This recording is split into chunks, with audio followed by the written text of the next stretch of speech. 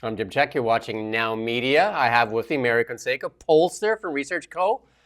Wild, wild, wild, wild election, right? It's the one of the oldest ones that I've seen. I think the thing that really stands out when you look at the numbers is we're used to seeing the center-left vote coalesce around the Liberals in the final stages of the campaign, when voters are wondering if they're better served by choosing a government or a color of government, or choosing the candidate in the riding or the party in the riding that they like. And in this case, it started right after Mark Carney visited the Governor General. We saw a collapse in the vote of the NDP, a significant drop for the Greens. Even the Bloc is suffering from the fact that you have so many people coalescing around the Liberals. And the final 4 days are going to be crucial to this. Are we going to be in a situation where more people feel the same way, or are the numbers going to tighten up and we'll be in for a significantly closer election? Yeah, the numbers have changed quite a bit because for a while there it looked like it was going to be this liberal supermajority, and but lately it has tightened up. And if you look at the numbers, I mean, from where I'm looking at them, it doesn't look like Polyev has lost a lot of support. It's just that the Liberals have gained a lot of support, like you were saying, from the NDP and from the Bloc, and that they're kind of like combining all that effort into one. Well, you look at the past two elections where essentially liberals and conservatives get 33, 32% of the vote. Right now, the conservatives at the national level, we have them at 38. That would be enough for a majority government in any other occasion. Yeah. But the fact that you have the NDP votes really dropping drastically, I mean, they're holding on to 39% of their voters from 2021. That's why they're in single digits. That's why the effort to try to save as many seats as you can, particularly here in British Columbia, has been so crucial. And it's a very different situation from elections in the past, where you don't have that type of scenario on the Tuesday and Wednesday prior to election day. To have Jagmeet Singh going back to his writing, talking about sending more New Democrats from British Columbia to Ottawa, that's not the campaign that they started with. They started with Jagmeet Singh essentially trying to see himself as somebody who was in contention with Carney and with Polyev for the top job in the country. Yeah, I mean, there's a lot of people out there saying that it looks like Jagmeet Singh has actually thrown the election and like basically done everything he could to kind of destroy the NDP party. And I mean, that doesn't make a lot of sense.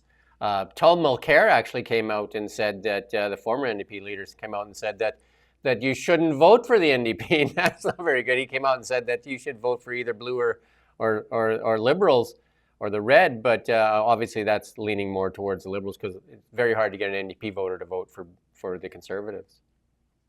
Well, one area where we're seeing that happen is the island. I think it's the island's always been fascinating because it's never an embrace of a government. It's always a very contentious place. We're on our own. We don't let anybody tell us what to do. You go back to 2015, and at the height of Trudeau-mania too, there were zero seats that went liberal in the island. They stuck with the NDP. There's places that have voted for reform in the past and have voted conservative. They elected the first Green in the history of the country. So there's this way in which the island looks at things that is different from everything else. And right now, they're not really keen on the NDP. You have ridings, particularly Mid Island and the North, that are now solidly conservative, at least in the way in which the numbers are looking right now. And if you have a shift like the one we're seeing at the national level in Victoria, where you have the over 55 voter very concerned about Trump and voting for the Liberals instead of the NDP, Victoria could go red. We haven't seen that in 20 years. Yeah, I mean, you and I talked about this several times that we've been on. That like the stink from Justin Trudeau is really left onto Jagmeet Singh because he's the only one really left in the front of that bus. But and that seems to be playing out. Like, I mean, there's a lot of anger towards the Trudeau Liberals, but they don't really attach it to Carney. They're attaching it to Jagmeet Singh. Well, I think when you look back at the success of the Conservatives, 2011 particularly, a very strong NDP with Jack Layton certainly helps them because you get a little bit of that liberal vote that isn't really keen on the NDP. That's what enables them to win the majority back in 2011. I think the Conservatives made a mistake in coming down on Jagmeet Singh so hard. Sellout Singh, and he's only in it for the pension. Right now, they need some of those undecided voters to go to the NDP if they want to hold on to some of those ridings or ride the situation through the middle, which is pretty much what is happening in the island. You have the NDP dropping from their share of support from the last election, a lot of that going to the Liberals. It benefits the NDP, the Conservatives to win those seats. But it's not something that is playing out at the same rate everywhere else, and that is definitely something that is going to be a cause for concern at the end. It's not about dropping the NDP to 7 seats if the seats that they're losing are not going to go to the Conservatives. So the Bloc, again, a bit of a wild card in this whole thing, because it looked like at one point that they were going to be the official opposition, and then since then they've dropped off quite a bit. But his performance at the debates seemed to be a fairly reasonable guy. Obviously, he's always slanted towards Quebec. Do you think that the 2 debates helped him? I think he really was seeking an opportunity to say to people, don't worry, we think that Carney is going to form the government and send more people that represent Quebec to the House of Commons. It's a good strategy to have. I think it's something that Gilles Duceppe used to do before. A lot of people don't really look at Francois Blanchet outside of Quebec, only during debates. And he's channeling a little bit of what Duceppe had in the early stages of his career. He seems nice. He seems somebody who's interested. He's not talking about sovereignty as openly. But the biggest problem is their hardcore sovereignist base. Your basic voter over 55 who has always supported the Bloc is now looking at Carney and saying, look, let's save the country we belong to right now because of all of the concerns related to Donald Trump. And then after Carney gets elected, then we try to figure out where to go with sovereignty. So that is definitely problematic. He used to appeal to people with the guise of sovereignty down the road. But now these voters are looking at Mark Carney and saying, this is the person we want dealing with Donald Trump. Once that is out of the way, then we can talk about referendums. Does it seem like, though, that Blanchet was going at Carney mostly, though? Like, it seemed like, to me, like he was more amicable towards Poilievre, and if maybe they would form a coalition government. Well, that's also part of something that will be interesting to watch. If the election is close and there's an opportunity of a minority for somebody, who is he going to try to work with? I think you're right. There was a moment when he was really hammering in on Carney. It wasn't a particularly great debate as far as the way in which they interacted with each other, even though it was, very well moderated. But it's a complicated aspect when you're the one who is appealing to a very small group of people. And ultimately, I think Blanchet's voters watched the debate the previous night. They were more interested in the French one than the English one. Mm-hmm. Yeah, and the only thing they needed there for Jagmeet was the mute button a few times, right? Well, it's weird to me because he was the one along with Blanchet who had been there before, so you kind of know where this is going. You have to be ready with some of those sound bites and some of those bits that you're going to be speaking about. I think he tried to get a couple of singers across, but it's very hard to do that when the level of support that you have across the country is not where it used to be.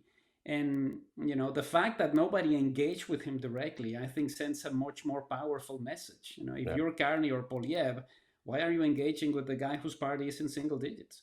Do you think maybe a bit of his ego got in the way? Because, I mean, where he's losing his base is to the Liberals, but he seemed to spend his energy on the Conservatives.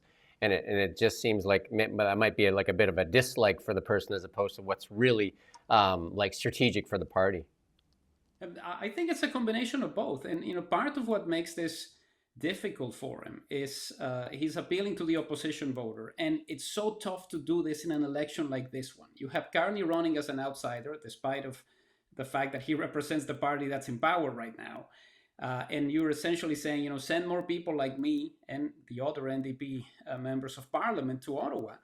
We will be there to fight for you. I think the story of the NDP's campaign can be told through the radio ads that they're running in the Metro Vancouver area. It started off with, we can form the government, and it's now closing with, let's keep 5 or 6 or as many as our guys and survival.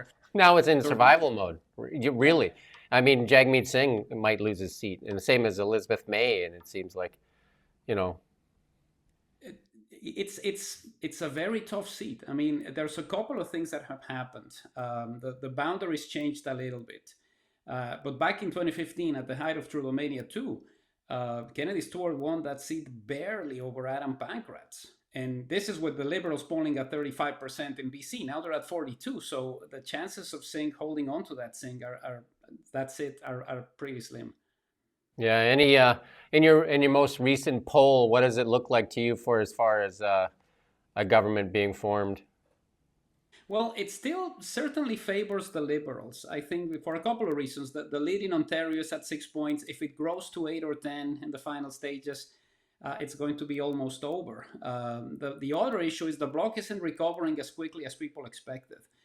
We still have two voters for the Liberals for every voter for the Bloc. And this would certainly suggest that some Bloc ridings fall into the hands of the Liberals.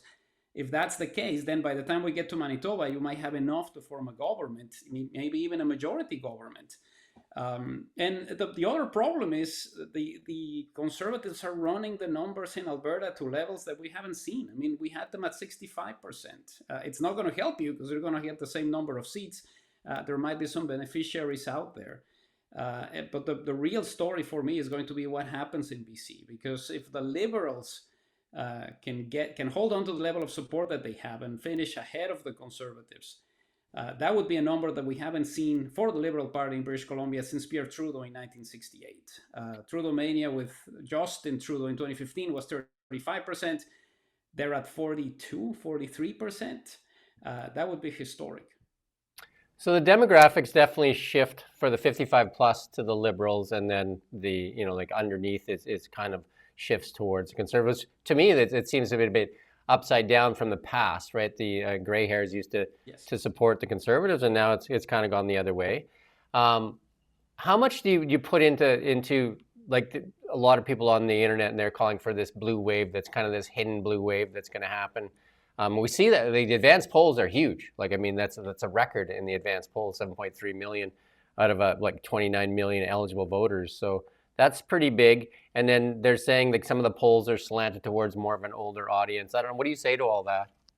Well, if it's properly designed and properly weighted, it has to make sense to be representative of the country as a whole. It's odd because part of what happens has to do with voter turnout patterns, and we know that the over 55s tend to vote more than the 18 to 34s. This is similar to what we saw here in British Columbia back in October. You know, the younger cohort was reacting way better to John Rostad and the BC Conservatives, and the over 55s were looking at the NDP as the de facto status quo party. It would have made your head explode in 2001, 2005. It's Yeah, completely yeah. different. But part of this, I think it has a lot to do with the ability of the parties to get the vote out. Not that you will necessarily require it in an election where so many people are interested and engaged. I'm still hoping that we have a turnout that is closer to the one we had in the 1980s. But even with that, it's a different type of voter that the Conservatives need to get out. They're used to the over 55s, give you a call, drive you to the polls, make sure that you voted, reassure you. The 18 to 34-year-old is not going to react that easily.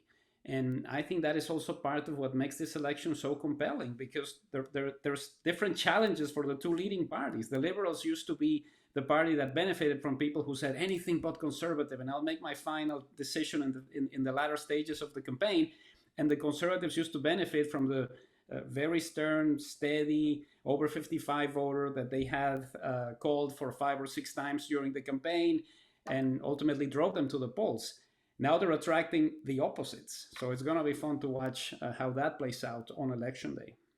So does this all come down to Ontario, do you think, though?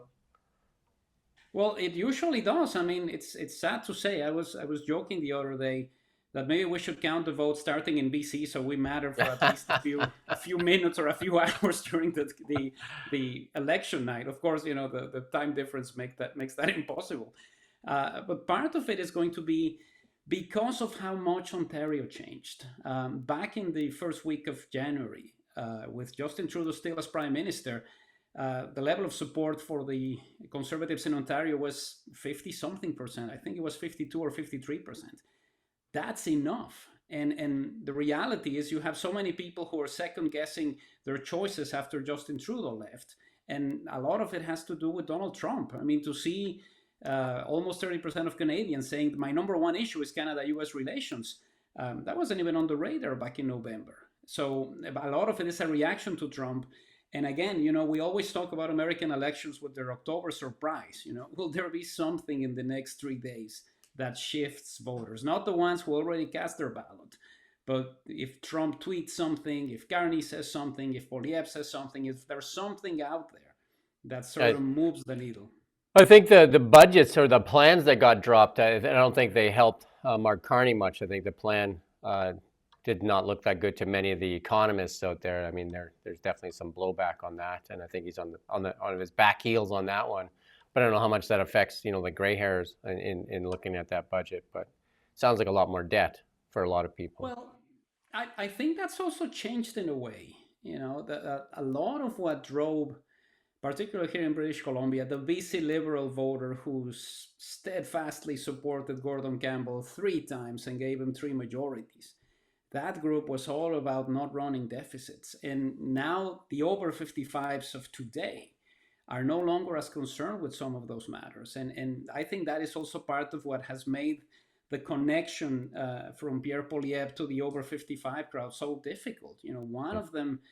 Uh, one of the issues is Donald Trump, obviously, but the other one is, when you run a campaign based on reducing red tape and not running a deficit, it's not going to resonate in the same way that it did 20, 25 years ago.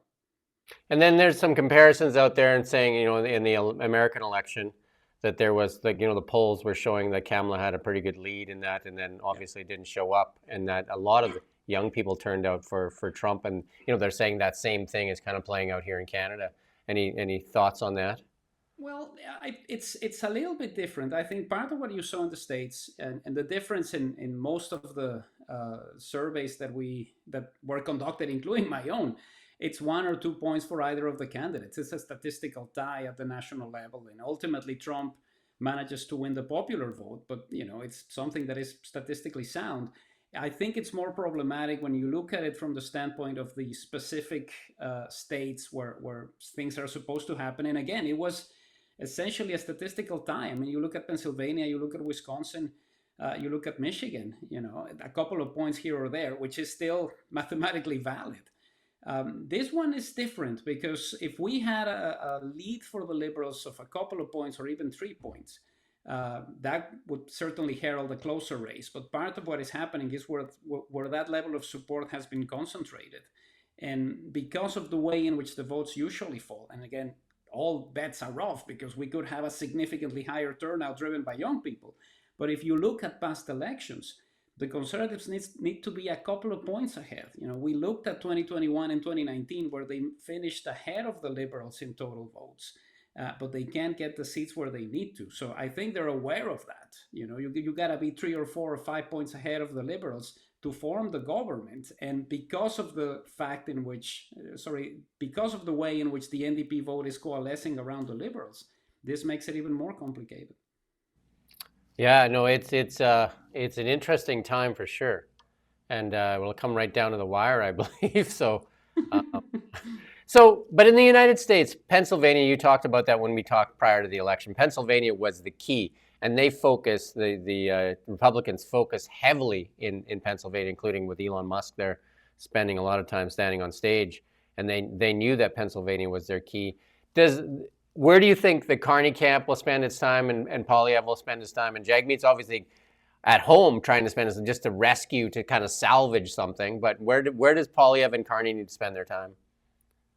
I think they both can look at BC as the prize. To have Mark Carney in the island now, I think they believe that they can get the Victoria riding, which is definitely possible.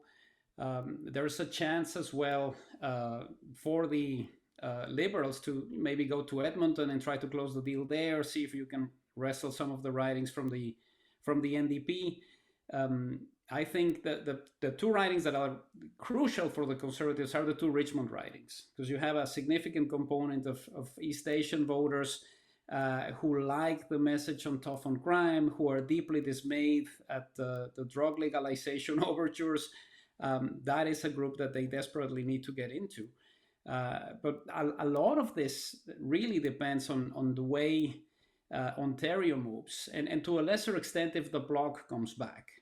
The Bloc coming back 2 or 3 points, or even 4 or 5 points in the final stages, definitely benefits the Conservatives, not because they're going to win those seats by coming through the middle, Right. but because you get to Ontario and Manitoba and it's still a close race. Yeah, I think that's bang on. And where do you think the Atlantic provinces are going? Because Well, they the looked like level of they were going to go support. blue for a while, but Yeah, well, it's really astonishing. I mean, you look at an area like Atlantic Canada, and the level of support for the Conservatives was exceedingly high at the start of the year. I think Carney's figured out a way to connect with that population. They're also more likely to be worried about housing than other parts of the country. 2015 was an interesting case because there was the expectation that the Conservatives would hold on to maybe 4 or 5 ridings. They lost all of them. And if we are into the start of the campaign, or the vote counting process with a similar scenario, then that certainly speaks about the size of the wave. But it's I think it's more important for the Conservatives to try to figure out where they can get this. And part of the problem is the fundamentally urban nature of the Liberals. I'll go to Toronto, I'll go to Vancouver, I'll go to Montreal, and this is where I'm going to get most of the seats that I require. So you need to run the numbers somewhere else, and try to figure out where you're going to be knocking on those doors. I think the Conservatives feel pretty good about the splits benefiting them in the island, and maybe some other ridings, particularly in the Okanagan, but it might not be enough in the end. yeah, the advance vote though, 7.3, I think it is 7.3 million. I mean, almost double, right? Close to double. Who do you think that favors? It's so tough to tell because I saw people, and we waited 85 minutes to vote in Vancouver. We voted on Good Friday. And you see everything. It's not like you're seeing a specific demographic lining up or a specific type of voter. And usually long lineups mean that the incumbent is in danger, but where's the incumbent? Mark Carney is running as an outsider. He's saying that he's not part of this. Hmm. It also, I think, speaks about the way in which Canadians, particularly after the pandemic, have become more used to taking advantage of the opportunities to vote early. It might just be, I'll be busy on Monday, I'll be doing something else, I'll be away on the weekend, I don't know if I'll have time. I'd rather do this now that I have a little bit of time, especially because, nobody works on Good Friday, and you have that weekend to try to figure out if this is the right course of action. Now, if this pans out the same way that it did back in 2021, would be looking at a voter turnout rate of 75%, which would be amazing. It would be the highest that we've had since 1988. But how much of that is just people realizing, especially after the pandemic, oh, I Yeah. can vote by mail, I can vote by special ballot, I can vote a couple of days earlier, and just get it over with. But that's pretty significant, though. I mean, that number, the increase is almost 100% increase. So that's a pretty big jump for people. That usually they don't change their minds that much on certain things. People are traditionally fairly lazy, I think. But who Well, knows, right? who knows? And I think part of what is should be analyzed is, should we have a different way of voting?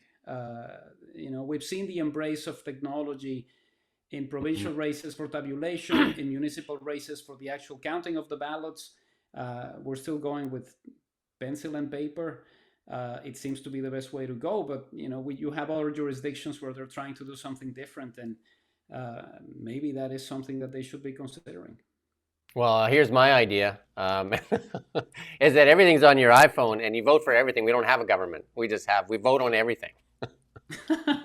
You Well, wait. that's also part of the problem with the idea of having a referendum for every tax cut. Elections are expensive. Yeah, very You expensive. do go back to 2021, the price tag for that election was $574 million. Are you going to spend $500 million every time you want to hike taxes? It might No, be that's too what I say. much. You put it on your iPhone, and then you just every wake up in the morning, and you just pick your 2 or 3 issues, right?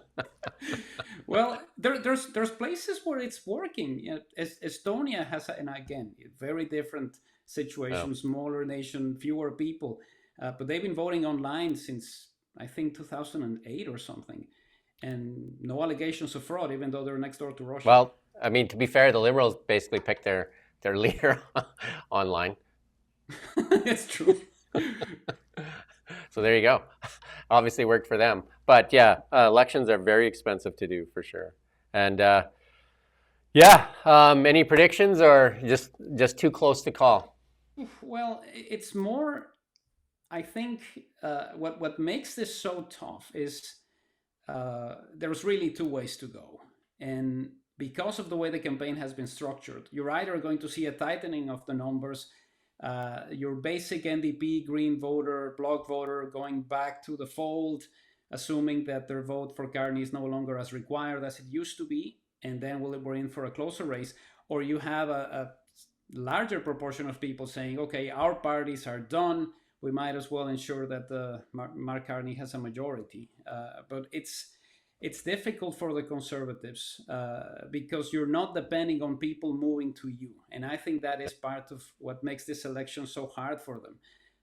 In any other moment, to be at 38%, they'd be jumping for joy. And right now, is this our ceiling? Is everything we're going to see either coming out of the 43% that the Liberals have and going back to the Greens, the Bloc, or the NDP, or are we going to have the NDP at 3% because everybody flocked to the Liberals? So either of those two scenarios is plausible. There you go. And then any thoughts on the Green hanging on to their seats? I think Elizabeth May has a good shot at staying there. There's a fundamental knowledge of the intricacies of the riding that has been crucial for her victories before. Even in the last election, where the Greens were going nowhere, Annamie Paul didn't have a great couple of debates, and they managed to do this. I think there's an opportunity for that to happen, but Jagmeet Singh's riding is certainly more complicated. And maybe that's the story that we're going to be covering here late night. A couple of leaders, one co-leader now, but the leader of the third party in the House of Commons, conceivably losing his seat. Maybe Tom Mulcahy take it back. Well, I think this really calls for a larger conversation about where the NDP goes from here. Yeah. Would you be better off? It's similar to what happened with the progressive Conservatives in a way. Do we have more in common with the Liberals than we think? And is it a good opportunity to try to extend the hand and say, we'll support you in some things, maybe we should merge, we'll talk about it differently? It's tough to have that conversation when you're at 17 or 21% of the vote. When you're at 7 or 8, It's time to have it. Yeah. Well, I do thank you for your time. It'll be an interesting night for sure. We're going to be live streaming all night long. I'm sure you're going to be on a few shows as well, but we'll be live streaming right till the end to see who wins this race. And, the American election went a lot quicker than we thought because we thought that was going to go into weeks, right? Like that was decided that night. And I'm assuming that this one should go, that night as well. But who knows? Well, we just came off the BC election where we were waiting and waiting and waiting to declare a government. Yeah. And it took a while. That one took a while for sure. Anything can happen.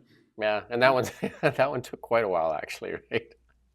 Anyway, I do thank you for your time, Mario, and maybe we'll get together after this is all over and we'll see what actually played out.